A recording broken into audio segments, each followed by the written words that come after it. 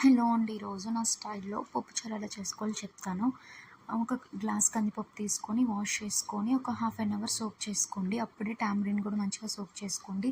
తర్వాత half an hour తర్వాత ఒక హాఫ్ ఆనియన్, 2 టమాటోస్, 5 ఆర్ 6 మిర్చి తీసుకొని మంచిగా కట్ చేసుకొని దాంట్లో యాడ్ చేసేసుకొని స్టవ్ మీద పెట్టుకొని 5 ఆర్ 6 విజిల్స్ వచ్చేదాకా ఉంచుకోండి. తర్వాత ప్రెషర్ అంతా పోయేదాకా ఉంచుకొని ఒక టేబుల్ స్పూన్ కారము, 2 టేబుల్ స్పూన్ సాల్ట్ వేసుకొని మంచిగా మెదుపుకోండి.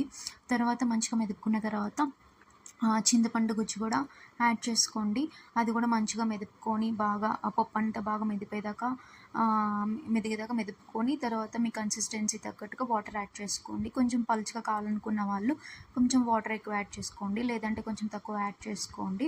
ఇలా మంచిగా మెదుపుకున్న తర్వాత స్టవ్ మీద పెట్టుకొని కొంచెం కొత్తిమీర, కరివేపాకు వేసుకొని చిన్న ఫ్లేమ్లో మరిగించుకోండి. అలాగే సైడ్న మనం ఒక కడాయి పెట్టుకొని అందులో జీలకర్ర, ఆవాలు, మినపప్పు, ఉల్లిపాయ, ఎండుమిర్చి, వెల్లుల్లిపాయ, కరివేపాకు వేసుకొని మంచిగా ఆనియన్స్ రెడ్డిష్ కలర్లో వచ్చేదాకా ఫ్రై చేసుకోవాలి. అలా ఫ్రై చేసుకున్న పోపుని తీసుకొచ్చి పప్పుచారులో వేసేయండి. పప్పుచారులో వేసేసి మంచిగా మరిగించుకోవాలి. చిన్న ఫ్లేమ్లో పెట్టుకొని మంచిగా మరిగించుకోవాలి. అంతే అండి, నా స్టైల్లో పప్పుచారు రెడీ. మంచిగా మరిగిపోయినాక లాస్ట్లో కొంచెం కొత్తిమీర వేసుకొని దింపేయడమే అండి. అలాగే నేను దీనికి సైడ్ డిష్గా ఒక ఆలు ఫ్రై చేశాను. అది నేను నెక్స్ట్ వీడియోలో పోస్ట్ చేస్తాను.